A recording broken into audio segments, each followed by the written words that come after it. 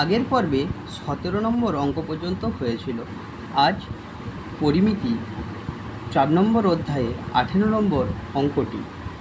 একটা গ্রামে আয়তক্ষেত্রাকার মাঠের দৈর্ঘ্য ও প্রস্থ যথাক্রমে 20 মিটার আর 15 মিটার, 20 মিটার ও 15 মিটার দেওয়া আছে।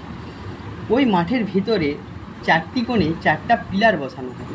বসানোর জন্য 4 মিটার দৈর্ঘ্যের বৈশিষ্ট্য 4টি ঘনকাকৃতির গর্ত কেটে মাটি অপসারিত করা হবে। মাটি গর্ত কাটার ফলে যে মাটিটা উঠবে, সেই মাটিটা কোথায় ফেলা হবে? বাকি আয়তকার জমিটাতে ছড়িয়ে দেওয়া হবে। তাহলে মাঠের উচ্চতা কত হবে? দেখো তোমরা, এই আয়তকার মাঠটা আছে, তার দৈর্ঘ্য দিয়ে দিয়েছে 20 মিটার, প্রস্থ দিয়েছে 20 মিটার, প্রস্থ দিয়েছে কত? 15 মিটার। এর 4টা কোণে 4টা পিলার গাড়ার জন্য জায়গার প্রয়োজন। সেই 4টা পিলারের জন্য মোট কত ক্ষেত্রফল হবে? সেই ক্ষেত্রফলটা যদি আমরা এই আয়তকার মাঠের ক্ষেত্রফল থেকে বাদ দিয়ে দিই, তাহলে পেয়ে যাব কতটা জায়গার উপর মাটিটা ছড়ানো হচ্ছে। তাহলে আমরা প্রথম বার করে নেব আয়তকার মাঠের ক্ষেত্রফল।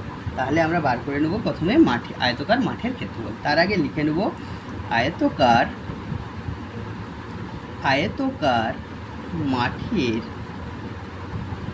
দৈর্ঘ্য সমান 20 মিটার এবং আয়তকার মাঠের প্রস্থ সমান কত দিয়েছে? 15 মিটার। তোমরা জানো আয়তক্ষেত্রের ক্ষেত্রফলের সূত্র। অতএব আয়তকার মাঠ লিখবো আমরা এখানে। মাঠের ক্ষেত্রফল সমান 20 গুণিত 15 বর্গ মিটার। 20 গুণিত 15 বর্গ মিটার আসলো। এবার দেখো তোমরা, 4 প্রান্তে 4টা পিলার তৈরি হবে, সেটা একটু লিখে নেব। যেহেতু মাঠের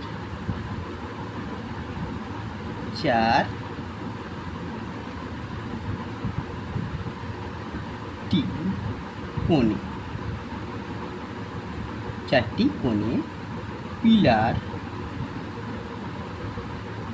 বসানো হবে, পিলার তৈরি হবে লিখছি, তৈরি হবে। অতএব 4টি পিলারের জন্য ক্ষেত্র লাগবে। দেখো এখানে 4টা পিলারের জন্য 4 গুণিত প্রত্যেকটা পিলারের জন্য ক্ষেত্রফল 4 গুণিত 4। কারণ কি? ওই বর্গাকার যে পিলারগুলো রয়েছে তার প্রত্যেকটা বাহুর দৈর্ঘ্য 4 বলে দিয়েছে। তাহলে এখানে আমরা লিখে দেব বর্গ মিটার। তাহলে 4 × 16, 16কে আবার 4 দিয়ে গুণ করলে 4 × 16 64 বর্গ মিটার। দেখতে পেলে 64 বর্গ মিটার। আচ্ছা, এখানে গর্তগুলো কি হবে? ঘনকাকৃতি।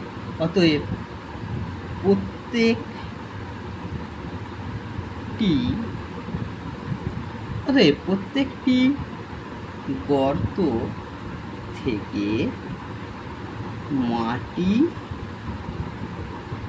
তোলা হবে সমান কি হয়? ঘনকের আয়তন 4-এর কিউব। কারণ কি? বাহুর দৈর্ঘ্য বলে দিয়েছে 4, ঘন মিটার। এখানে লিখব কি? ঘন মিটার। এখানে কি হলো? 4 × 16 64 ঘন মিটার। আচ্ছা, এরকম পিলার কটা আছে? 4টা। 4টি গর্ত, 4টা পিলারের জন্য 4টা গর্তের প্রয়োজন। 4টি গর্তের থেকে মাটি তোলা হবে 4 গুণিত 64 ঘন মিটার। হলো। এখানে গুণ করে নিবে 256 ঘন মিটার হচ্ছে। তাহলে দেখে নিলাম 256 ঘন মিটার মাটি উঠবে। ধরিলাম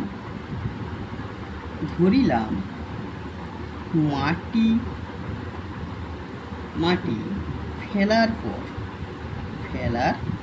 পর জায়গাটির উচ্চতা বৃদ্ধি পাবে সমান h মিটার। ধরে নিলাম h মিটার। অতএব গর্তগুলি বাদে জমির ক্ষেত্রফল সমান, দেখো মোট ক্ষেত্রফল কত বেরিয়েছিল? 300। 15কে 20 দিয়ে গুণ করেছিলাম 300, আর সেখানে 4টা পিলার বসানোর জন্য 64 বর্গমিটার বাদ দিয়ে দিয়েছি। বাকি জায়গাটার উপরে মাটি ফেলা হয়েছে, তাহলে গর্তগুলি বাদ দিয়ে জমির ক্ষেত্রফল, এরপর বিয়োগফল, এ দুটো বিয়োগ করলে 236 বর্গমিটার হয়েছে। মাটি ফেলতে দেখো এই যে আয়তকার জমিটা সৃষ্টি হয়েছে, আয়তকার জমিতে যে বাকি অংশটা সৃষ্টি হয়েছে, এই জায়গাটাতে আমরা কী করছি? মাটি ফেলছি। তাহলে দেখো এইখানে যে মাটিটা ফেলা হয়েছে তার মোট আয়তন কত বেরাবে সেটা আমরা একটু বার করে নেব। আমরা লিখব মাটি ফেলাতে সৃষ্ট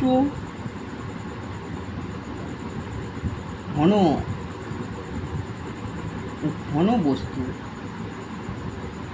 আয়তন। কেন ঘন বস্তু বলছি? দেখো দৈর্ঘ্য আছে, প্রস্থ আছে, কিছুটা উচ্চতা পেয়েছে, 3 মাত্রিক হয়েছে, তার জন্য এটাকে ঘন বস্তু বলছি। যার ভূমিতল গুণিত উচ্চতা হবে তার আয়তন, ঘন মিটার। ক্লিয়ার?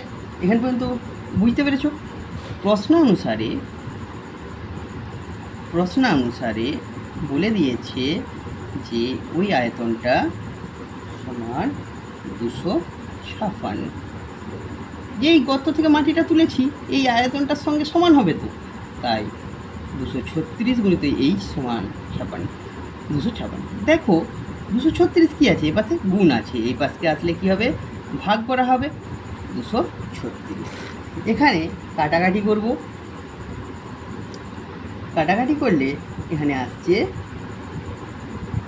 4 দিয়ে কাটছি, 4 6 24, 4 4 16, 4 দিয়ে কাটলে 4 5 20, 4 9 36, 64/59 বা এই সমান।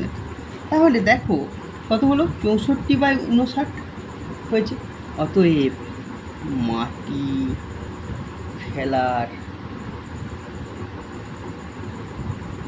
জন্য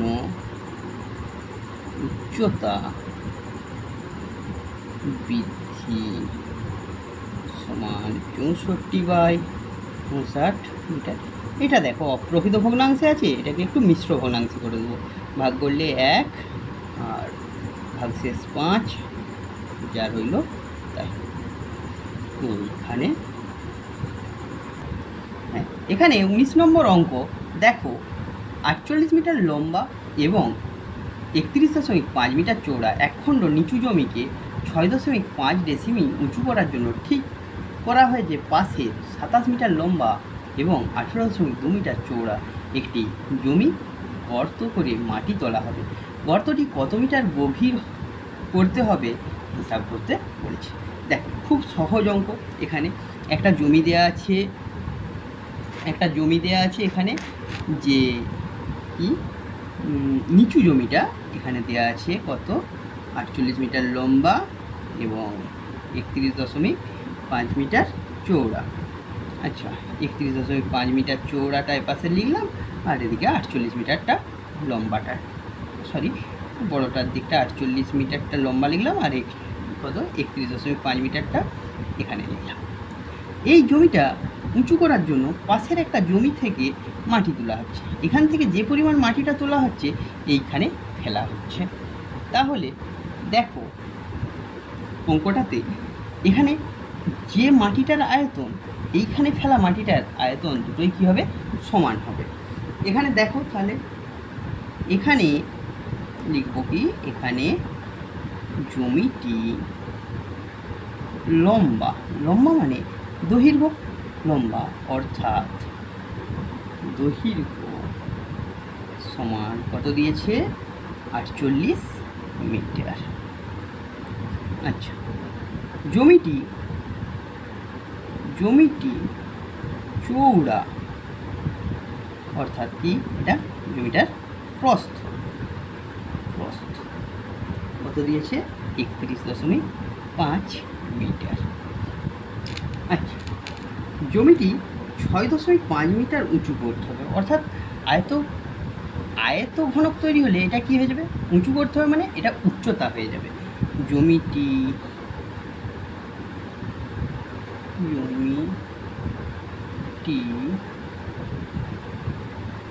6.5 মিটার, ডেসিমি দিয়েছে, এটা ডেসিমি দিয়েছে, ডেসিমি উঁচু অর্থাৎ উচ্চতা দেখো 6.5 ডেসি। আচ্ছা, দুটোই মিটারে আছে, এটা ডেসিমিটারে, এটাকে কি করে নেবো, একটু মিটারে করে নেবো। তাহলে মিটারে করলে এক ঘর বাঁ দিকে দশমিক বিন্দু সরিয়ে দেবো, মিটার আসলো। এখানে আমরা লিখে নেব জমিটি উঁচু করতে মাটি লাগবে,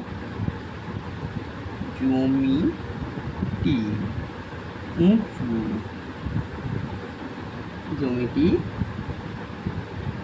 উঁচু করতে মাটি লাগবে।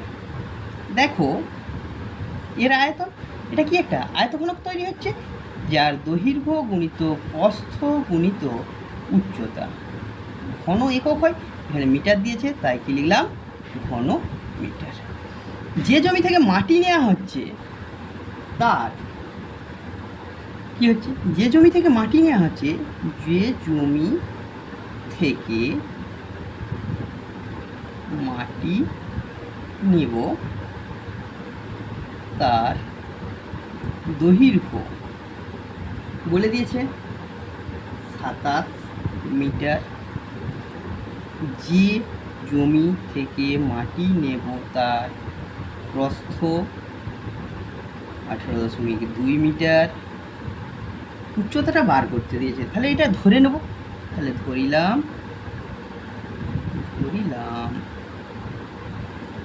মাটি নেওয়ার জন্য গভীরতা হবে, মাটি নেওয়ার জন্য গভীরতা হবে সমান, এই গভীরতা হবে সমান এইচ মিটার। তাহলে ধরে নিলাম গভীর হবে কত, এইচ মিটার। তাহলে এই আয়তকার জমিতেও আয়তনটা কী হবে সেটা বার করে নেব। অতএব মাটি তোলা হয়েছে সমান দৈর্ঘ্য গুণিত প্রস্থ গুণিত উচ্চতা ঘন মিটার। দেখো তাহলে এখানে কি বললাম, মাটি লাগবে যেটা আর মাটি তোলা হয়েছে যেটা সেটা সমান হবে। তাহলে আমরা কি লিখে নেব, প্রশ্নানুসারে দেখো 27 গুণিত 18.2 গুণিত এইচ। এই গুণগুলো তোমরা বলতে পারো যে কেন করা হয়নি, কারণ ক্যালকুলেশনের সুবিধার্থে গুণ না করাটাই ভালো। গুণ করে নিলেও কিছু ক্ষতি হবে না, আবার কাটাকাটির সময় ওই একই রকম ভাগ করতে হয় আর এটা দুটো সমান। তাহলে এ পাশে কী আছে, এইগুলো গুণ আছে, তাহলে এ পাশে আসলে এগুলো কী হবে, ভাগ হবে। 48 গুণিত 31.5 গুণিত 0.65 বাই 27 গুণিত 18.2। আচ্ছা, তোমরা সুন্দরভাবে দশমিক তুলতে পারো। এখানে দুটোর আগে দশমিক আছে, তাহলে একের পিঠে কটা শূন্য বসবে, দুটো। এখানে একটার আগে দশমিক আছে, গুণিত একের পিঠে একটা শূন্য। এখানেও একটার আগে দশমিক আছে, তাহলে উপরে লিখব এটাকে, এই 10 কেটে গেল। আচ্ছা, এখানে দেখো 65 আছে, এখানে 182 আছে। 13 দিয়ে দুটোকেই ভাগ করা যায়, 13 দিয়ে ভাগ করলে 13 একে 13, 4 13 52, আর এটাই 5 13 65 হয়ে যাচ্ছে। আচ্ছা, এখানে 7 দিয়ে আমরা ভাগ করতে পারি এটাকে এটাতে। 7 দিয়ে ভাগ করলে 2, 7 দিয়ে ভাগ করলে 4 7 28, আর 7 35। 9 দিয়ে এটাকে কাটলে 5, 9 দিয়ে কাটলে এটাকে কাটলে কত থাকবে, 3। 3 দিয়ে কাটলে 3 16 48, 2 দিয়ে কাটলে 8। তাহলে আসলো কত, এখানে উপরটাতে আছে 8 গুণিত 5 গুণিত 5 বাই 100। দেখো 5 দিয়ে কাটলে 20, 5 দিয়ে কাটলে কত হবে বাবা, 5 দিয়ে কাটলে এটা 4, 4 দিয়ে এটাকে কাটলে, তাহলে এই সমান কত বেরিয়ে গেল, এদিকটা একটু লিখে নেব, এই সমান 2 বেরিয়ে গেল। আমরা তাহলে এইচটা ধরেছিলাম, এইচটা আমরা কি ধরেছিলাম, গভীরতা হবে। অতএব লিখে নেব গর্তটির গভীরতা হবে 2 মিটার। সবগুলো মিটারে ধরেছিলাম, তাই এটা 2 মিটার।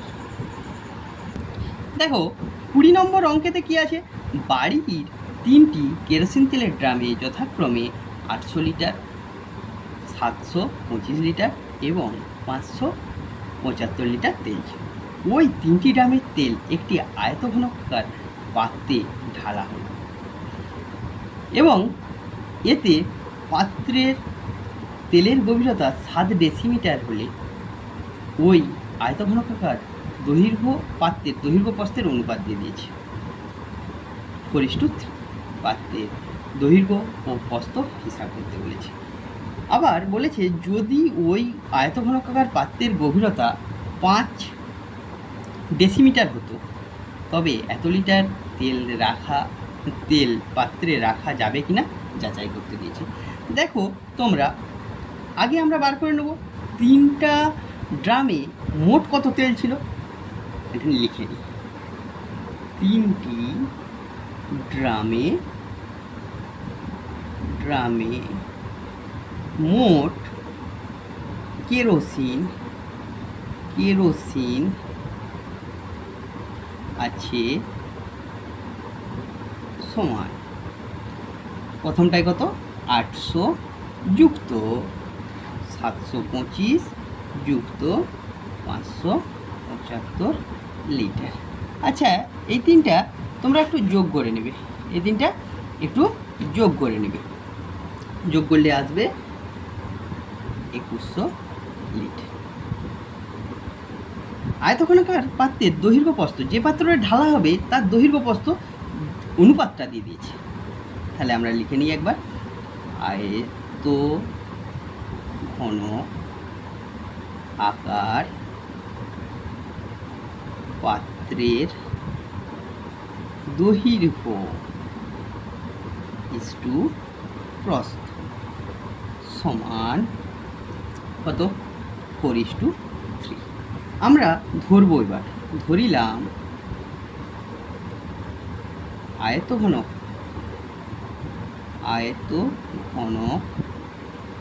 আকার পাত্রের দৈর্ঘ্যটা একটা ধ্রুবক দিয়ে ধরে নেব, 4x ডেসিমিটার ধরছি, কারণ তেল ঢালার পরে যে উচ্চতাটা হয়েছে সেটা ডেসিমিটারে দিয়েছে, তাই আমরা কি ধরলাম, ডেসিমিটারে ধরে নিলাম। একই রকম আয়তকার পাত্রের প্রস্থ একই ধ্রুবক দিয়ে গুণ করতে হয়, যেহেতু অনুপাত দিয়েছে 3x ডেসিমিটার। এবং দেয়া আছে, তাহলে এখানে দেয়া আছে কি, পাত্রের যেটা এখানে দিয়েছে 7 ডেসিমিটার গভীরতা, মানে উচ্চতাটা হবে। আয়তঘনকাকার পাত্রে তেলের গভীরতা, তেলের গভীরতা কত দিয়েছে, 7 ডেসিমিটার। তাহলে ওই তেলের আয়তনটা পেয়ে যাবে। অতএব আমরা লিখব আয়তঘনকার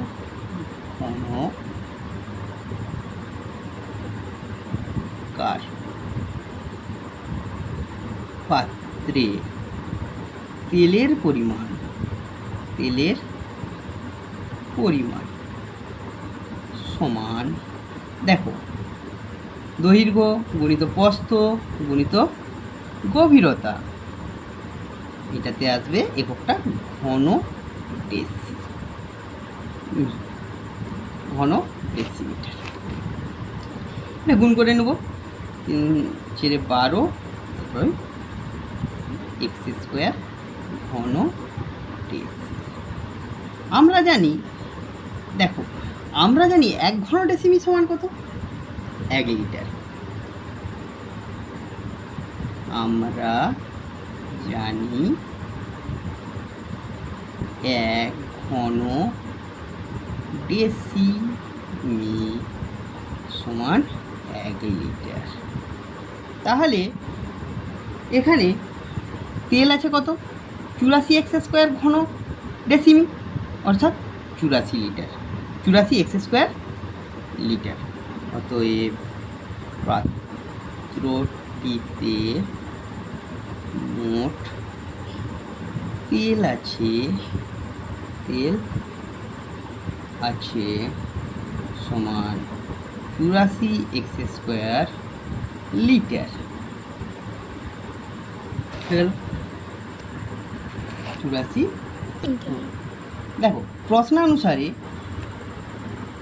84x² সমান কত, 2100, বা 84 গুণ আছে, এবার স্কেলে কী হবে, ভাগ হবে বাই, আচ্ছা 7 দিয়ে তো কাটা যাবে, 7 দিয়ে কাটলে 300, 7 দিয়ে কাটলে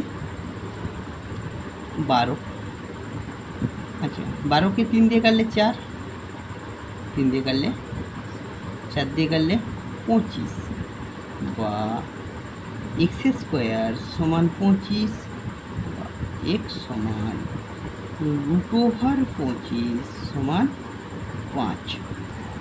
দেখো x এর মান পেয়ে গেছি, তাহলে দৈর্ঘ্য পেয়ে যাব, প্রস্থ পেয়ে যাব। অতএব আয়তকার